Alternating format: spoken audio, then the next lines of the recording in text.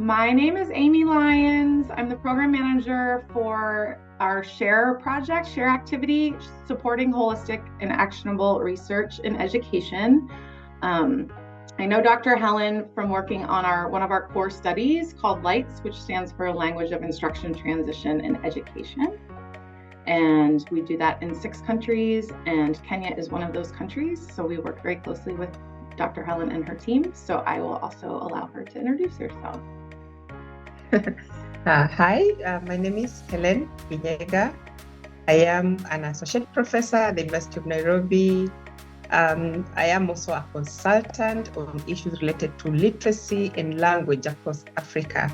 Really happy to be here today.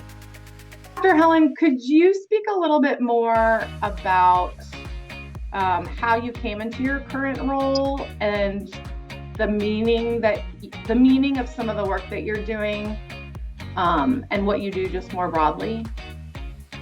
Okay, thank you, Aimee.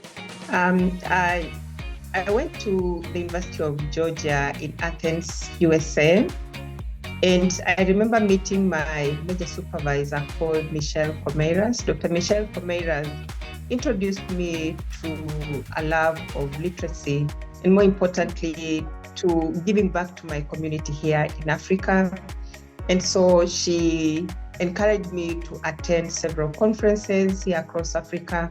She also encouraged me to volunteer. It's not anything I had in mind, but she encouraged me to volunteer. So I remember as soon as I finished my doctoral program at the University of Georgia, the very next day after graduation, I actually came back to Kenya and went back to my teaching career. I was a high school teacher before, and then I transitioned to teach in a teacher's college. So I began immediately to volunteer on issues literacy in the region. I went to countries like Tanzania, of course the mainland, and Zanzibar, which is the island, and then of course just across Africa, really giving my support in issues literacy. I was affiliated to the International Literacy Association, wherein we, prepare teachers on effective ways of teaching reading. And so I just fell in love with issues literacy. And so later on, when development partners who are developing a keen interest on the African continent about literacy, I had already positioned myself being one of very few women who had done reading education and volunteered in the region. They found me really ready. And so one thing led to another. I became a consultant for different agencies. And so I would say the jobs found me, but also I had put myself out there. Does anything stand out to you as like a potentially difficult period, or just being a woman in the industry or working in higher education that you found any challenges that you had to overcome? I think there have been quite a number of potentially challenging issues in academia, and also as a consultant that probably would have required for me to have a spirit of resilience. There are quite a number, but one of the first things I encountered when I came back and I said, I am a specialist in reading education. People always asked me, reading what? And nobody seemed to understand. And so I remember going to one of my department chair and saying, I want to be able to introduce a program on literacy and reading in particular. And he too asked me, reading what? And at that point, I did not have an answer. He kept on saying, so what is in it for me? What is in it for the university about this reading thing of yours? And so because the university did not quite understand, and my department chair did not quite understand what reading education was, I found myself veering out of academia into the development world, where I thought my skills were readily needed and required, to go out and come back in with a grant, actually, to the University of Nairobi. I was blessed to get a USAID grant of $300,000, and so that again, my department chair began listening. So he understood, oh, this reading thing is important.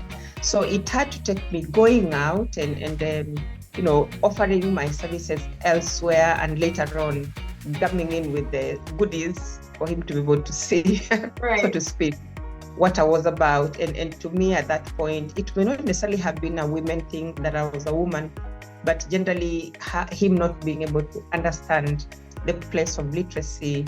And increasingly, of course, I have drawn more of the members of my department in to understand literacy is critical. If your children are not reading very well, the future is really bleak.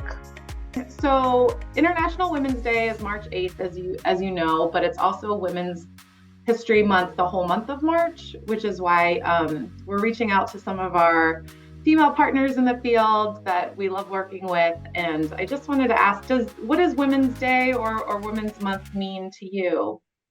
We know the women are the engines that drive any country's development. Never mind that we may drive that from behind the scenes. And so having this one day to celebrate the input and unique contribution of women to development, to me, is really good. I don't know that it's enough to celebrate in one day. We should celebrate women on any occasion or when opportunity presents itself. But really, yes, it's an opportunity to stop and take stock of, say, the past year. What have women been able to accomplish? What challenges still remain? And going forward, what can we do for the next 1 year before the next celebration? So it really helps us to look as women inward, but also to look outward to role models. And if we don't have role models, maybe then we are role models to others. Can we look to who we can mentor and who can mentor us? And that way, then you have a whole chain reaction of women mentoring each other. Is our time we want to celebrate our successes. So I think it's a way to just appreciate who women are, their unique contribution to development. Yeah, that's great. Well, I know, as you know, the Pulte Institute and working on the SHARE team, we love working with you so much, Dr. Hellen, and are just really inspired by your leadership and all the work that you've done with your team, and really appreciate you taking the time to meet with me this morning. All right. Thank you very much, Aimee. It was my pleasure to be here and also to work with the Pulte Institute. I really appreciate it. Thank you for your time as well. Thanks.